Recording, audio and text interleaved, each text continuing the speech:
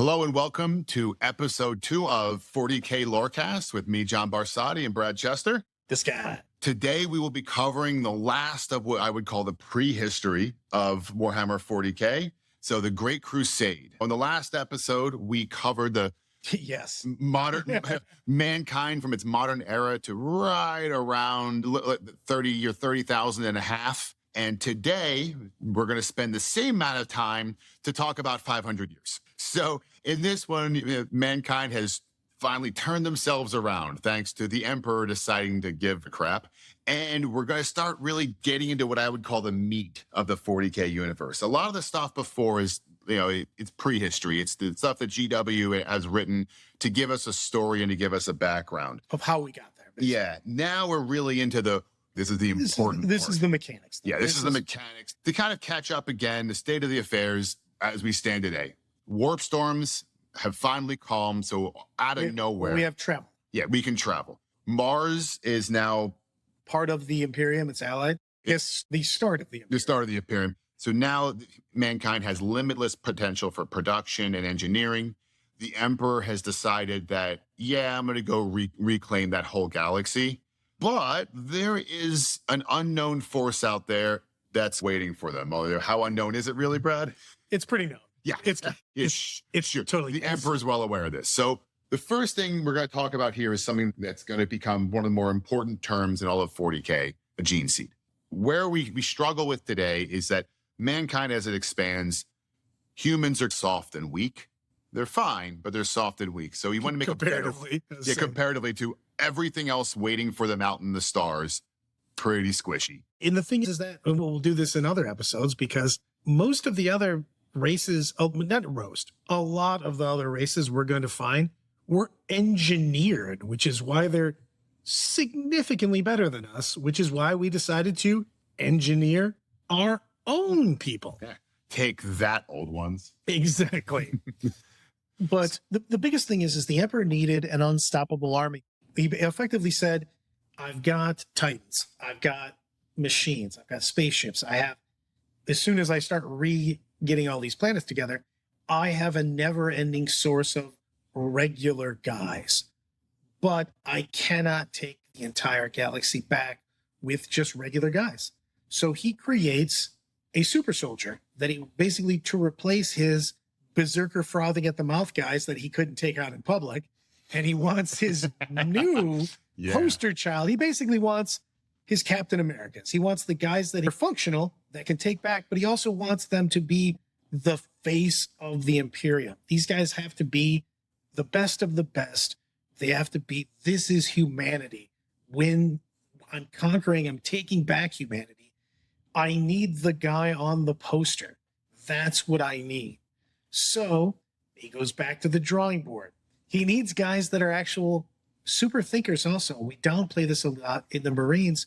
These guys are all wildly intelligent. He needed people that could take in vast amounts of information so that they could basically be diplomats when they have to.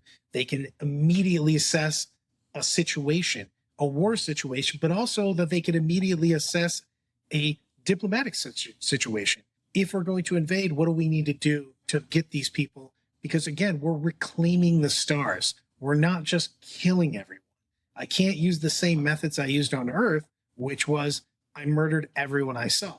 This isn't waving happy flags and bringing crayons and stickers, but the issue here, the Emperor realized that he has to be able to conquer planets and then rule them. And so these people are designed to be not just rulers because we can crush you under our fist, but rulers because we can rule better than everybody else you have. Yes, and we're going to give you a better life, even though that's a huge lie later on. But at the time... Yeah, totally a lie. But the intent was there. He says, we're going to conquer the stars. We're going to show you that we're going to give you a better life. There's a reason to be part of my new Imperium of Man, which is how we got Imperium. Mm-hmm. It's the new Imperium of Man. It's our new collective galaxy. And to do that, he needs, again, the poster boys, legions of these super soldiers. But he needs something to create these super soldiers from himself. He effectively distills 20, and we lose 20-ish. But yes, because again, if you're the most powerful being in the galaxy, and you're trying to make a really good soldier, why not just make it a little bit out of yourself? So now we get to take a fun journey. We covered this last time about how the emperor was just hanging out, not doing anything. So in the middle of the age of technology, around anywhere from 10,000 to 20,000, no one knows when, the emperor decides to go on a little journey. Vision quest, basically. Vision quest, and decides to go to a planet called Molech. Again, the emperor's a dick. It's just, we're going to keep saying this like billions, trillions, zillions of people. Quadrillion now that we're going to maybe quadrillions of men have died because he just was like, man, not yet. So he goes to this planet called Moloch, and on Moloch, he uncovers a warp gate that allows him to cross into the realm of chaos. So, cough, totally what we get. Yeah, totally. So now you have the chaos gods are still fairly formative, not all powerful at this point. They exist. They've been around, except for time. They've been around forever. So they're beginning and end kind of thing.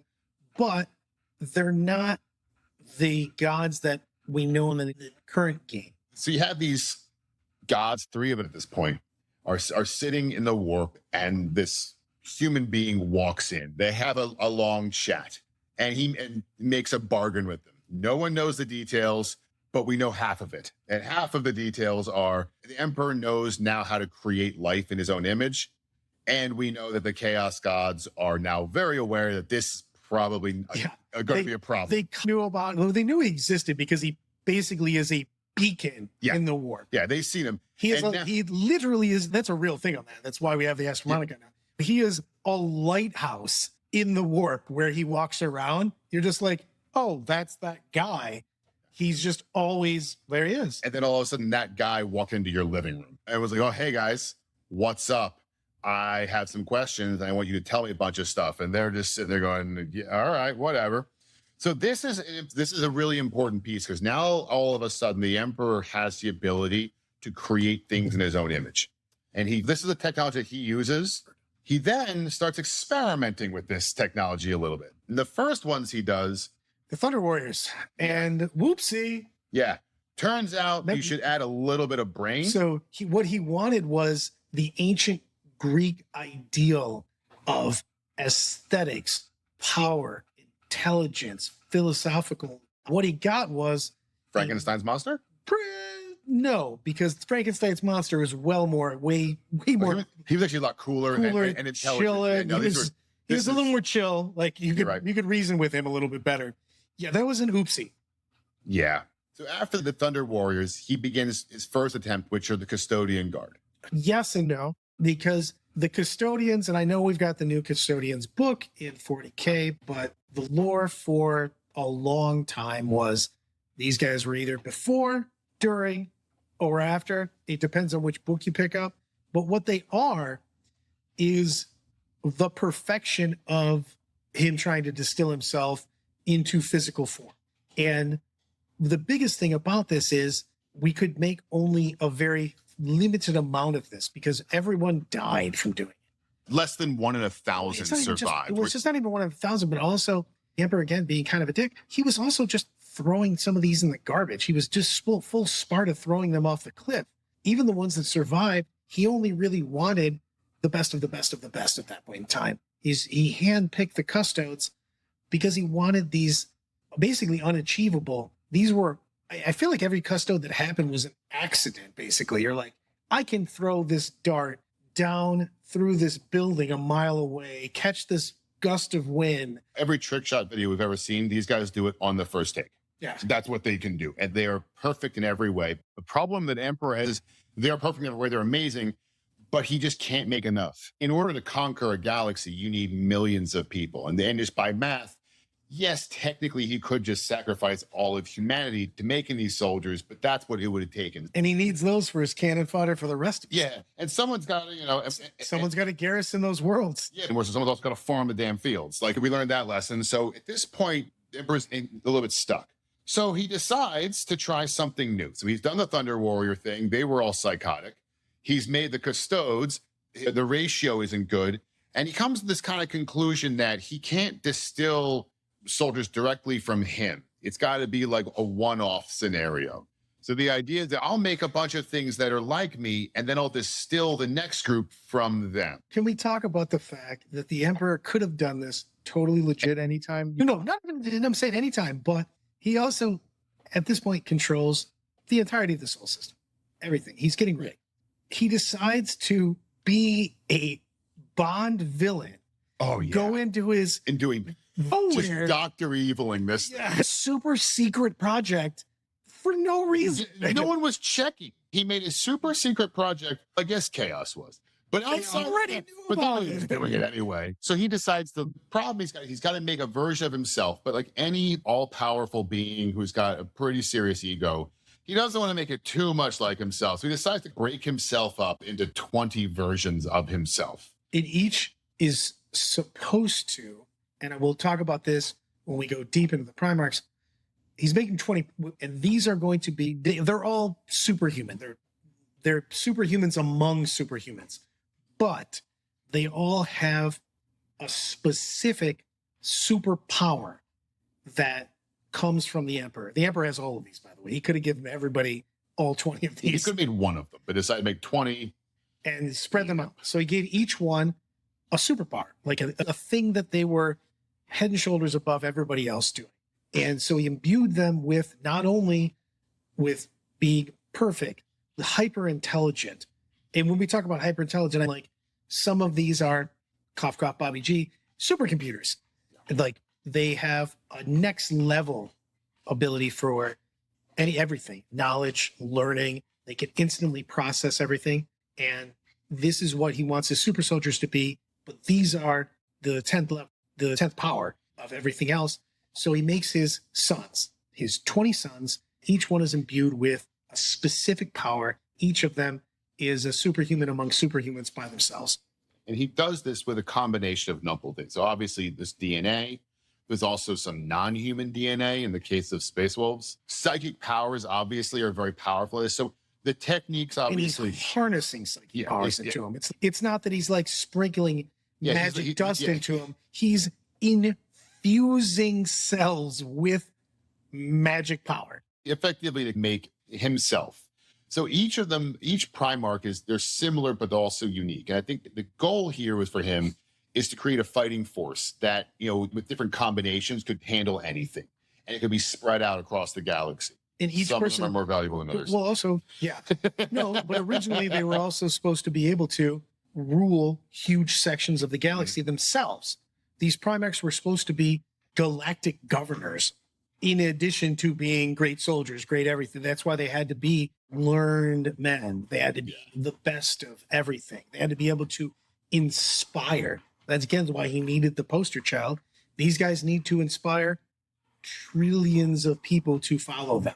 And as you can probably assume, something went wrong. So Wait, when you're in your underground mountain lab, yeah. I say volcano lab, but he was in the Himalayas. It was the Himalayas. But Either it's way, way cooler if it was a volcano. Exactly. If this was a mistake on the part of GW, it would have been massively cooler if it was a volcano. No reason for him to be there. He could have done it in London. There's really not a big he deal. could have just been like at the palace. It's not like the Chaos Gods can't see into it because it's a mountain. Oh, I can't see there. That's not how the warp works. He's built this giant facility in the Himalayan mountains because doesn't even know he's there. Again, most powerful being on Earth, just unified the entire galaxy, is everyone's favorite thing. There's not a big spy network that was going on around him. But he builds this lab underneath a mountain. And he uses something in there called a Geller field, which we should probably poke into now. We should probably have said the last episode. This is a part that, please, someone correct me if I'm wrong here, but everything I've looked into has said effectively warp travel was totally cool until the warp storms came and the warp storms went away. And then all of a sudden warp travel got to be a real problem. It's like humanity became the delicacy of the chaos. Yeah, before they were traveling on through, those guys are there. No one cares. And now it's dinner. The Geller fields problem you have with demons is that demons cannot like the vampire. They invite a vampire in. For those of you who don't know, you have to invite a vampire into your house. There you go. If you don't know that, now you do. Chaos exists in the immaterium. Humankind exists within the materium. You cannot cross from the immaterium to the materium without a host. And if you try to, you disintegrate. So a Geller field effectively creates a force field that prevents that crossovers, because what's happening a lot of times in the case of travel through the warp or the Emperor's lab. You are playing in the warp now. So as soon as you open that door and open the warp, now the warp can come into you. You have given the invite. You've said, come on in. So now you have to, when you're playing in that world, put up a new field. So a Geller field is effectively a field that sits around you and makes the materium exist within it, so things cannot cross over. Really important, and it's going to come up a lot more as we talk a lot more about lore. So the Geller fields are really critical. However, when you piss off the Chaos Gods, they get motivated, and they decided that they see this little pet project that the Emperor is working on that they showed him how to do. Well, so out of nowhere, and it's important to point out how important this project was. This was the Emperor's prime focus now. I'm going to create these 20 entities, and I'm going to go conquer the galaxy. And what the Emperor knew that no one else knew is he wasn't just planning on conquering the galaxy. He was planning on conquering the warp too. This whole thing was built around true domination of mankind. Yes. Yeah. I want to dominate Everything. reality and irreality. And when you're talking about a god of chaos, what they're really finding out is, hey, what's your favorite thing? Let me come F with it. And so rather than come in and just kill them, because maybe they couldn't, no one knows, they create a warp rift within these tanks, and within the tanks they're growing in. And these 20 Primarchs just in an instant disappear, and they're gone. One day, the Emperor's just hanging out. He comes downstairs, and all of his kids are gone, and he has no idea where they are. The Emperor knows they're alive. However, all is not lost, because they didn't get him early enough. So he was still able to then get the gene seed of the gene seed. The genetic blueprint to make more of these, but make millions. So the Emperor is going to make a legion. He's going to make 20 legions. 20 legions. Of super soldiers, 7 to 8 foot tall guys, superhuman, super intelligent, super fast, super strong, super everything. We will do a whole thing on Marines. Oh, yeah.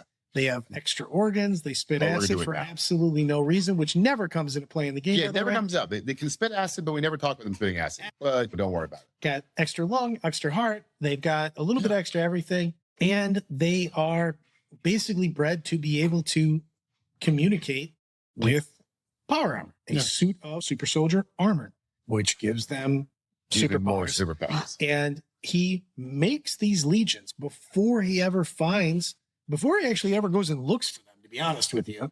A little bit of a dick move. Hey, man, he's not. I should probably go get the beings that I created from the essence. My kids. Yeah. They're more than his kids. It's actually more than a clone, though, because he created I took a small piece of my soul. Should I go find them now? I got some stuff to do. Yeah. I'm real busy. At this point, the Emperor is creating super soldiers. So these things are not just genetically engineered in the way that we would think of genetic engineering, where you'd sit there and say, all right, here's a new strain, and we'll grow them in tanks. Well, so, I would say, I apologize on that, because for everybody listening, these guys are not grown super soldiers. They take you from your world and they implant organs into you. Organs. They're considered organs. And most of these people just don't make it.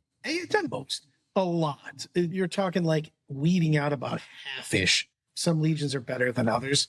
And the big thing about this is they implant these organs in and they see if they take. So we have these regular people being grabbed from tons of different planets. At the time, it's all Terra. But eventually it becomes all over the place. And they train them. And they're training them. And this is a bummer for the old Space Marine. They don't talk about this a lot. While you're seeing if your organs are going to be accepted, you still got to go through a hardcore PT process. So you're like, I know you may or may not make it through the day, but you're going to need to do a 5-mile run and about 1,000 push-ups and pull-ups real quick. You're like, but I might die tonight. You're like, you're not going to do it while you're out of shape, though. But if you don't die tonight, hey, you know what? 2 birds, 1 stone. Exactly. 2 birds, 1 stone. So, and this is a big deal because we're making regular people into super soldiers, and we're not even making just into super soldiers. We're making them into wildly resilient super soldiers that can be deployed on any planet in the solar system. They can immediately adapt, especially after they're put in this power armor. Treat the power armor almost as it's a second skin for you. everything that you have readouts, they filter things out. So the power armor becomes an extension of your own will. And it's a holy thing now.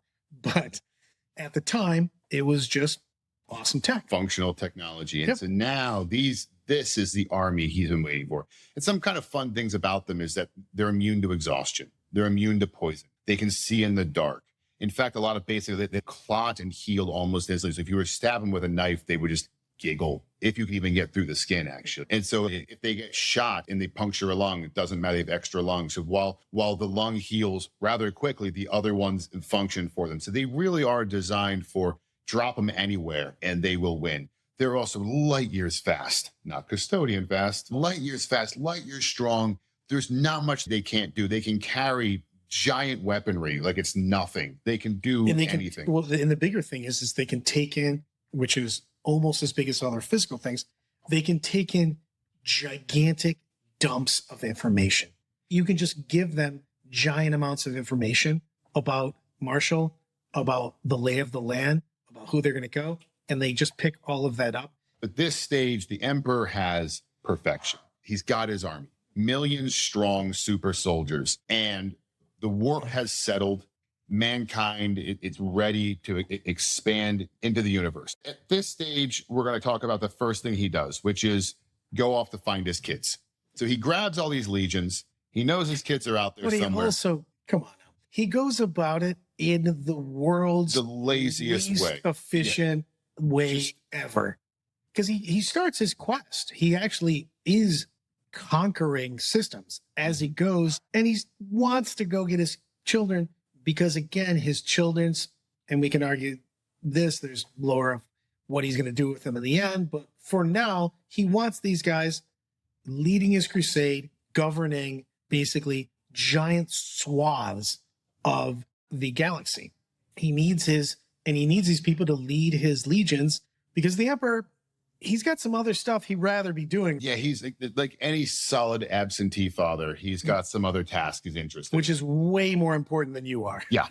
So he's off to conquer it. So we're going to now, let's dig into the 20 legions and who they are. And by 20, we actually mean 18. 18. Because 2 of them are redacted from Imperial history. And were they not found?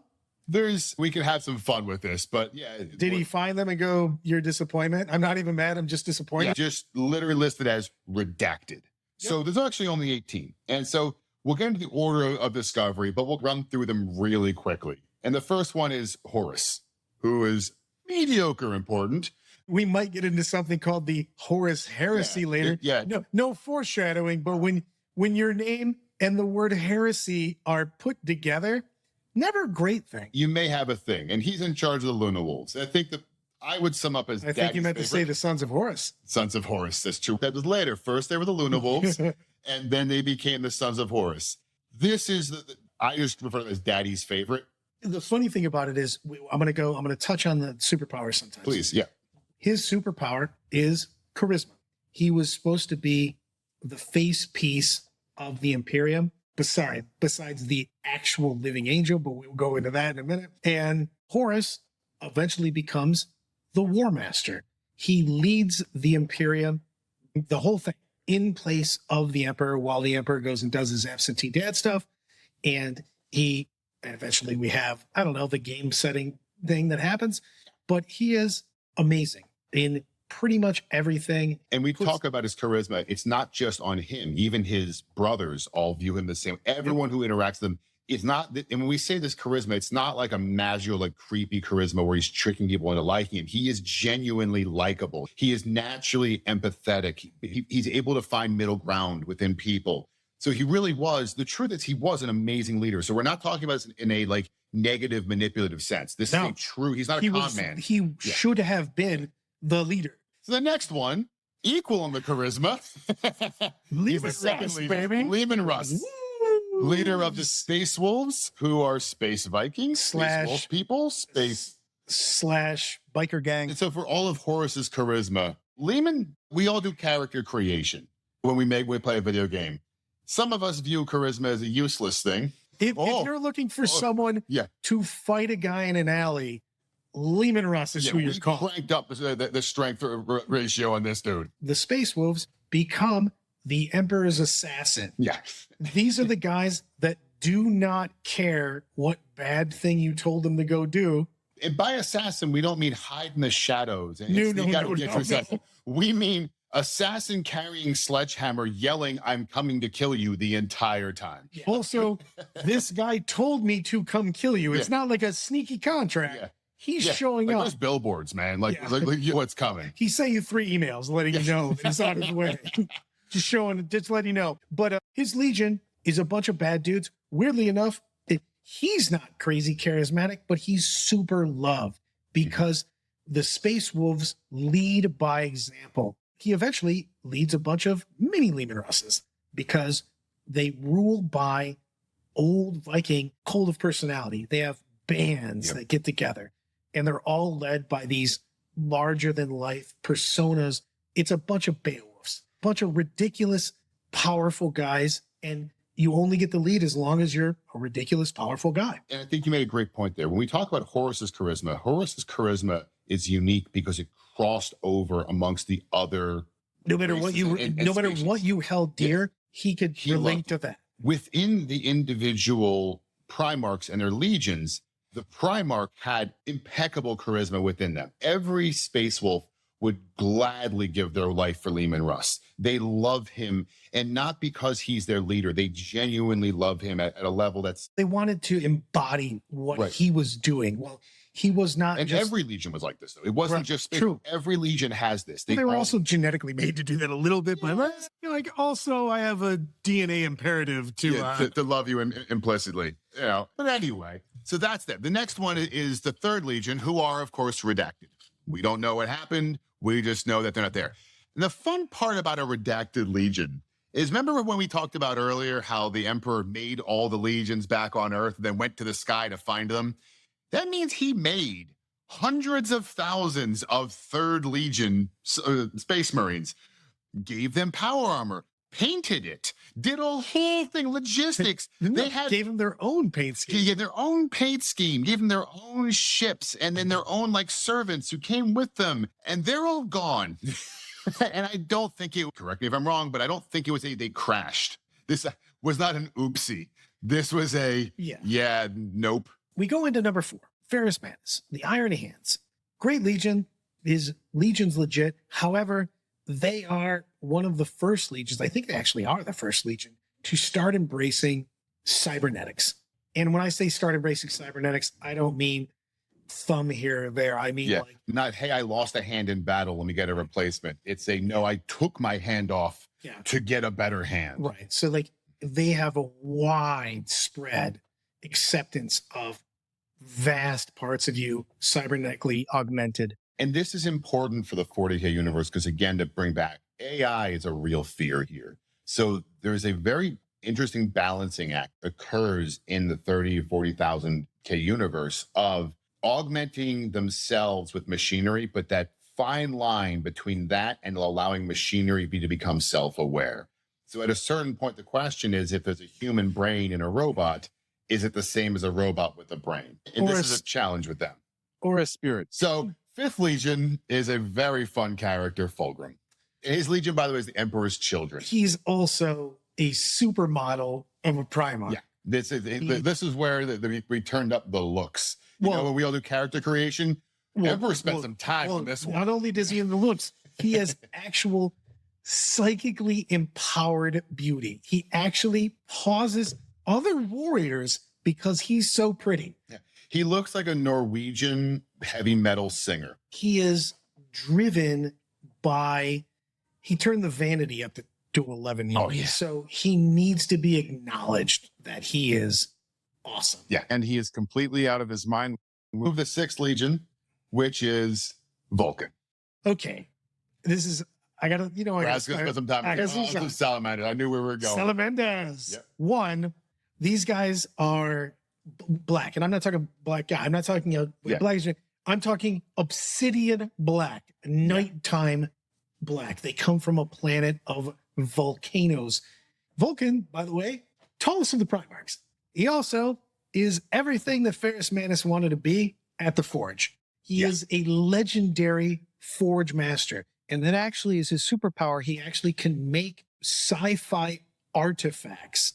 And fun fact, salamanders are the only good guys out of the Space Marines. They actually always try to help others. They are effectively paladins. If you want to argue that with me, I will literally chat with anybody about this. Salamanders are the few good guys in the universe. Also, Vulcan, side note, perpetual, can't die. Or sorry, can die. Future spoilers, that fact really comes back to haunt him for a while because he is killed several of the times. Vulcan's one of the cooler stories. And I actually personally wish GW a bit heavier in the Salamanders. Great character. And Great the thing stories. but the thing is also he legitimately is a paladin in a group of paladins. They are all about Melta and Flamer weapons. That's their go-to as a legion. Then we go into Imperial Fists. Rogel Dorn. I hate Rogel Dorn with a passion of 1,000 suns. So imagine someone who just wants to spend their entire day building sandcastles at the beach. Doesn't want to go, doesn't want to swim, doesn't want to eat. Just to wants be to honest, build because the I'm world's gonna get biggest yelled at sandcastle. by guys, especially some of the DOG guys, because they love them. And one of your best friends also. Yes, one of my boys. Yeah, one of your best friends is obsessed with these guys. Which I have to give him props on the fact that the dude's tough. Oh yeah, Rogel Dorn's incredibly tough. He's just so boring, and he's always talking shit and getting wrecked by Copper Turbo. But what is his superpower? He is literally unparalleled architect. He built the Imperial Fortress, and it is a marvel. Yeah, it's true. He rebuilt. He is an architect. He's got a couple other weird things.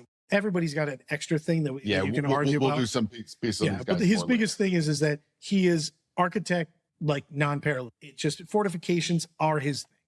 Now we're going to talk about every player in Warhammer 40K's favorite person. God. Without a doubt. If you play Warhammer 40K and someone puts Raoud Guilliman down on a table, you go, that's awesome. I'm so glad he's here. I'm incredibly overjoyed to be playing against Ultramarines at this moment in time. This is the guy that literally wrote the Codex. Yeah. The problem is he's also the guy that reminded the teacher that there was homework last night. Guilliman.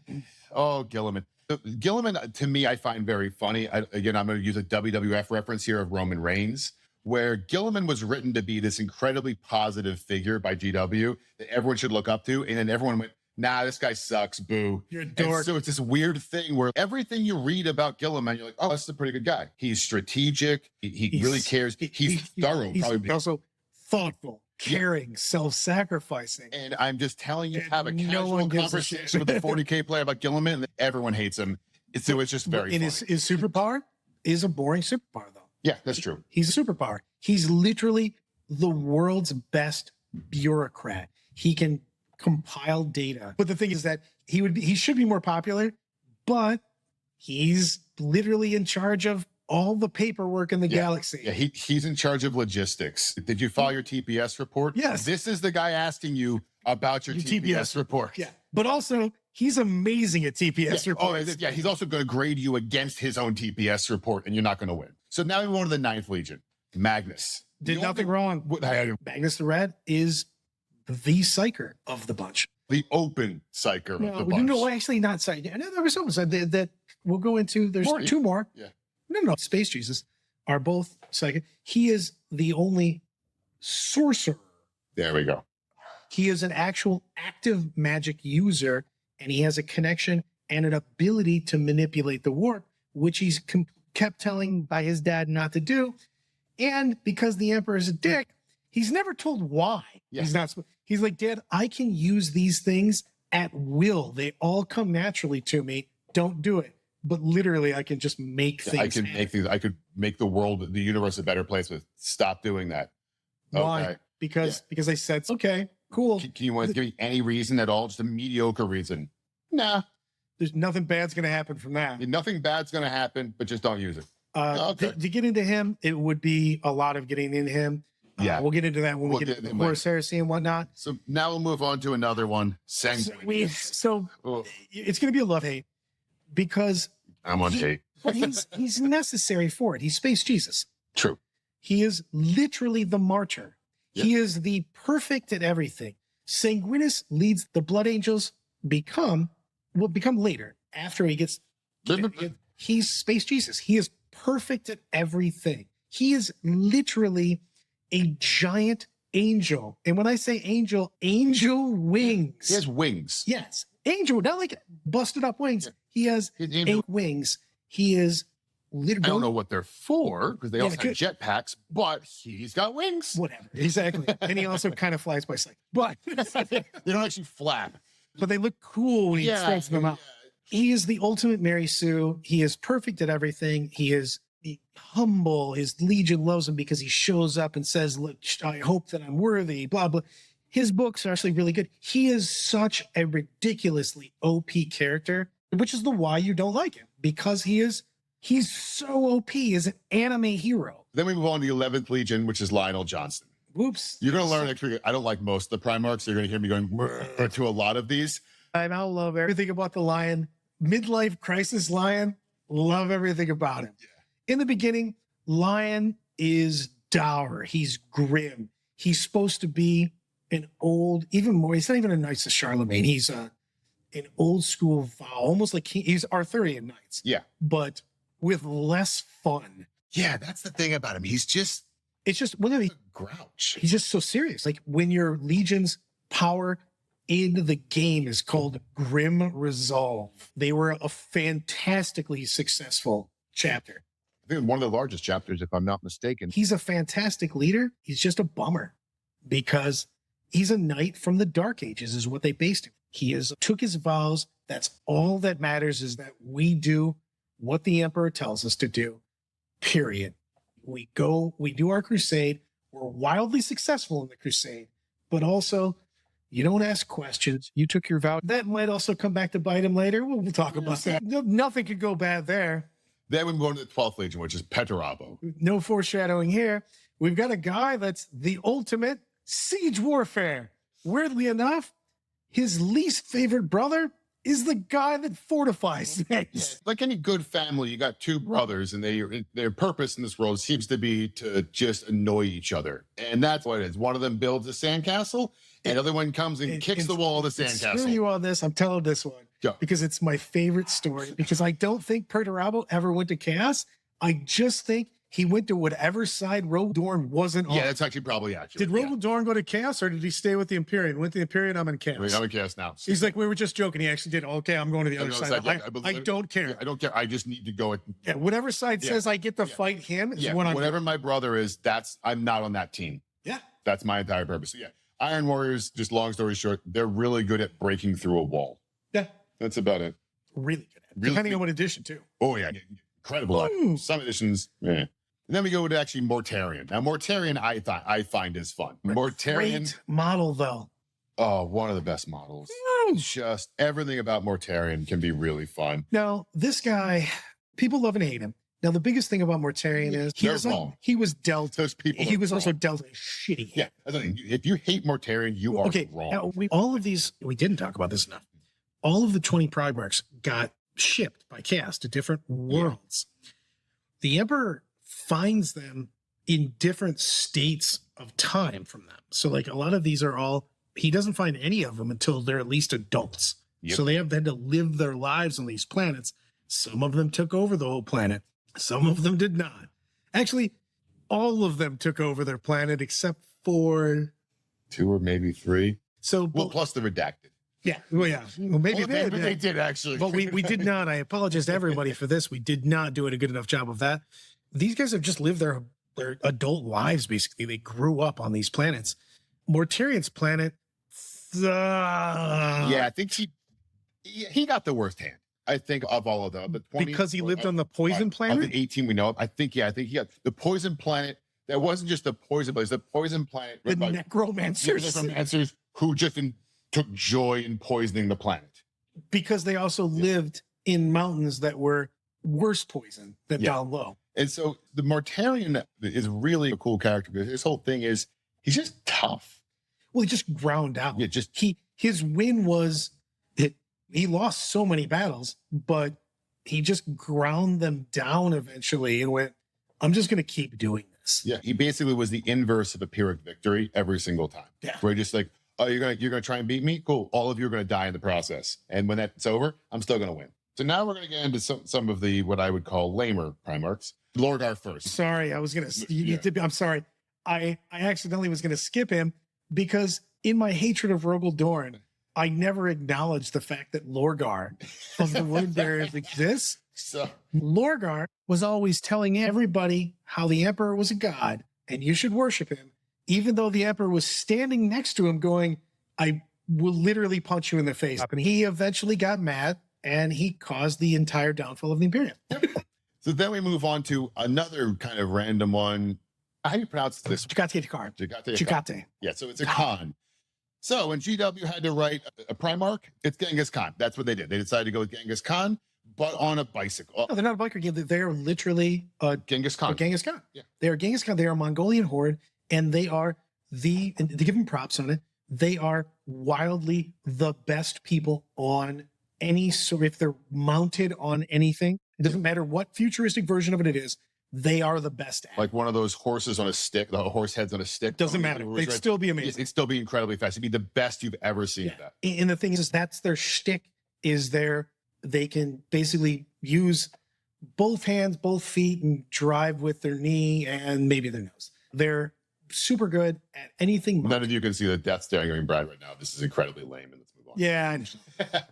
Unfortunately, we're going to move on to the 16th Legion, which is Conrad. No, you are getting it. Fortunately, because if you haven't read his book, it is fantastic. The books are great. It's just this is you've been playing longer. Have Night Lords ever been good? No, they are perennially given the most useless traits. Just every time. An insane planet, basically a prison planet, ruled by psychos, and he became a hunter in the dark. Like when I say hunter, he hunted down crime lords as super Batman if he had real problems. Yeah, Batman with superpowers.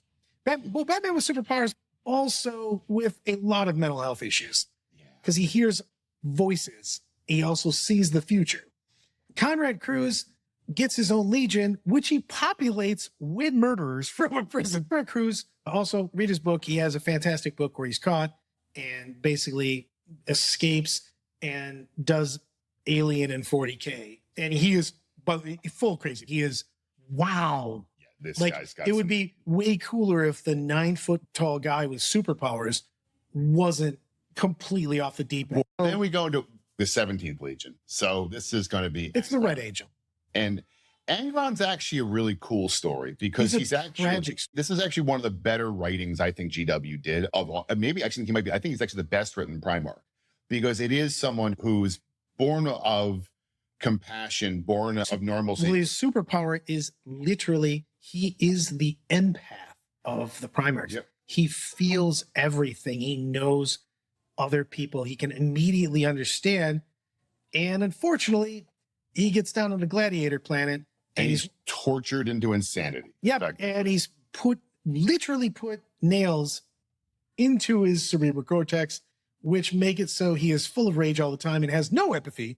I would say Angron's really, I think if you like a well-written story, if you like really good in-depth character studies, Angron's incredible. The stories of Angron really are great. You have nothing but empathy for him, despite him his actions being terrible. Well, he's his own worst enemy on the fact that everything's against him. He almost succeeds, and then he does that time and time. He does it now. Yeah. In Chaos, he does that where he almost achieves his goals, and then he doesn't. So then we go into the 18th Legion. Corax, who is literally a ninja. Yeah. His entire legion is ninja. So he makes his legion into super stealthy forward operators. He could infiltrate things that shouldn't normally be infiltrated because everyone was taught at an right away, becoming Legion, how to basically forward deploy even your heavy kind of things so they could take people by surprise. Then we'll move into 19th Legion, Redacted. Also redacted. So the last one is another kind of you mean the last one / first one? Yeah. So the 20th Legion, Alfarius Omegon. But he also has a twin brother. Is the name, but it's actually two identical twins, Alfarius and Omegon, that only they know exist. And only they know that there's two of them. Which would have been really weird on some of these capital ships where one of them is just hiding behind a curtain. Because he's also 9 feet tall, 500-pound guy. Yeah. So they were the Alpha Legion. And they're also the first Legion and the last Legion. Yeah. Because in the redone lore, Alfarius was actually still on Terra. Yeah, so they went looking for him all through the galaxy, and he was back at home. Like we've all done it. We've all looked for our car Because he keys. snuck into other legions. A regular soldier, again, even though he's a head taller than everybody else. Yeah, just that one guy. That story's real weird, but you don't know whether or not he was a good guy or a bad guy. That's our 20 legions. And if that was quick for you, don't worry. We're going to do some deep dives. Yes. But this now leads into now the Great Crusade can begin. And what the Great Crusade is, Emperor grabs all of his legions, all of these people, and we are going to go part one, He reunify. sends everybody all over. Because remember, the galaxy is such a wildly huge place. I feel like people don't understand how big the Milky Way is. And what's happened is the Emperor now, after taking his sweet time, has decided he wants to reunify mankind. So we're going out there to reclaim worlds. And step one is, of course, reclaim the worlds. Now that he has these giant armies. And by reclaim, it means we're going to show up and we're going to say, hey, we are humanity. You are humanity. We are now the Imperium of mankind. Not even a question first.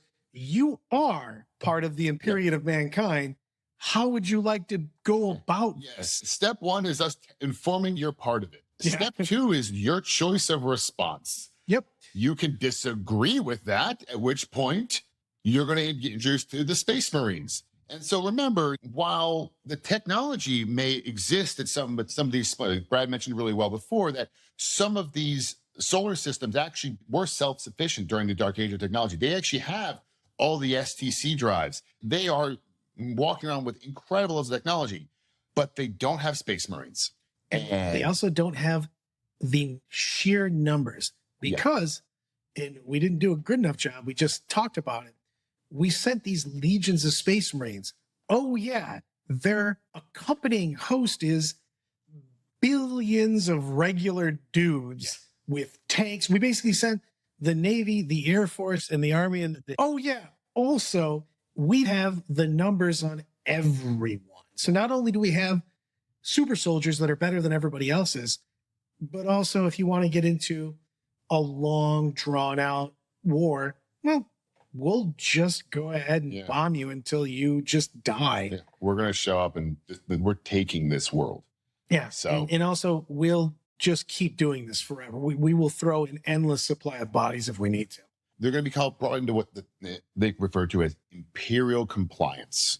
And imperial compliance is this, I do like when I do air quotes while talking to a microphone that no one can see. So in air quotes, imperial compliance, which means they are now part of the Imperium. They are now, they're in the logistical empire. Well, it becomes, I'm going to go into that because I love imperial compliance. Imperial compliance means that you're a part of the Imperium of mankind, but it also means that you immediately, and we're talking like immediately, hey man, everything's on fire.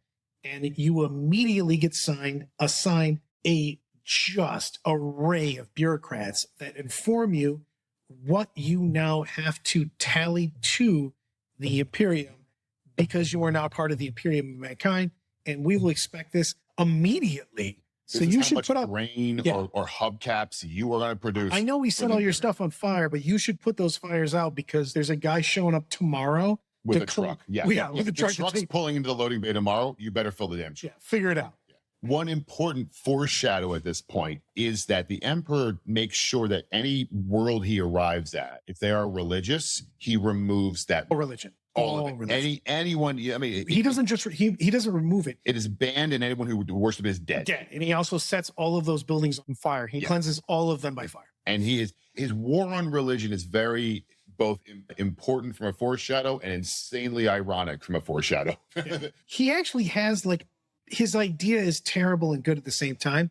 What he thinks he's trying to do is not have people be corrupted to worship in chaos. What he's doing is setting the stage for people to worship chaos. Yes, like any good fall. So at the same time, though, we should mention that new worlds are also found as we're coming through. Now, by found, some of them may have been settled and everyone died, whatever. Also, new worlds that the humans didn't find that were other races. Probably Eldar. Yeah, because we should. Oh, that's a great point. The Eldar are gone now. The explosions happened, so the Eldar People started taking off. Yeah, so now they are also finding Eldar worlds where before, the thing about the Eldar, it's a fun little side note, is that if you, in the age of technology, happen to stumble onto an Eldar world, you would stumble onto it for maybe a quarter of a second, because after that, you're dead. The Eldar were that powerful that if mankind were to approach an Eldar planet, mankind wouldn't reach back and say, hey, we ran into a problem here. They would just not exist there anymore. Yeah. And the thing is the Eldar were so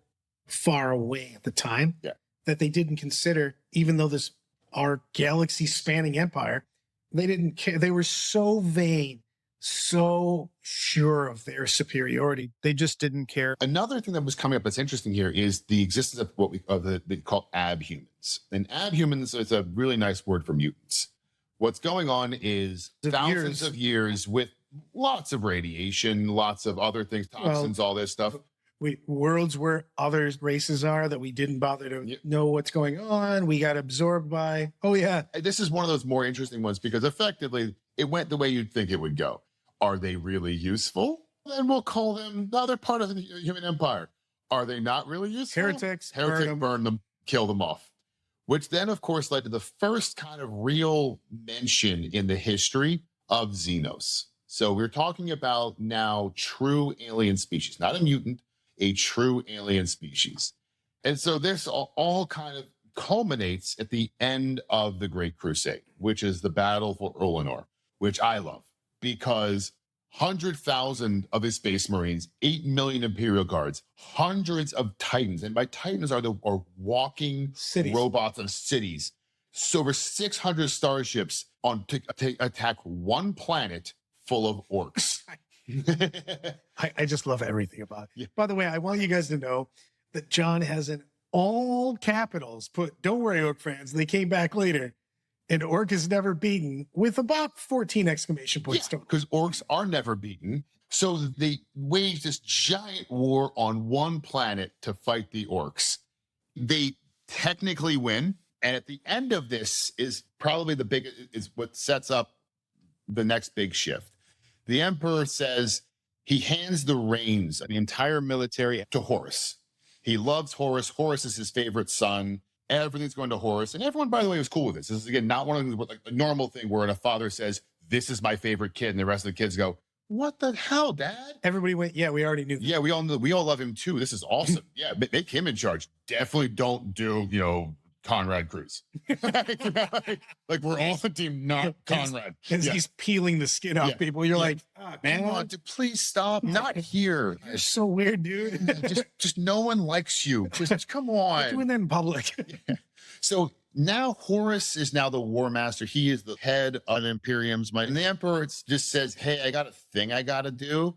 And him and his best bud head back to Earth. Which also, again, he doesn't say what the doesn't tell what it just tells everyone, hey, I gotta go do a thing. I gotta leave, like any solid psychopath, and just leaves. So that's it. So now he's gone, and all the Space Marine leaders are looking around going, so what do we do now? Things actually go well for... Oh, we'll get to the next episode. So that's the end of this one. So now, to conclude, mankind has come out of the darkness. Again, the Emperor has done all of this. He has created super soldiers. He's now created the army with which mankind can conquer the galaxy. The next few episodes we're going to do is going to be what's called the Horus Heresy. It is maybe I don't know if it's the most important in 40K, but it sets the game. It sets the game. This is it. I got into the game 25 years ago, and I got into it because of the basis of the game, which was the Horus Heresy, the writings of it, all their fiction of it.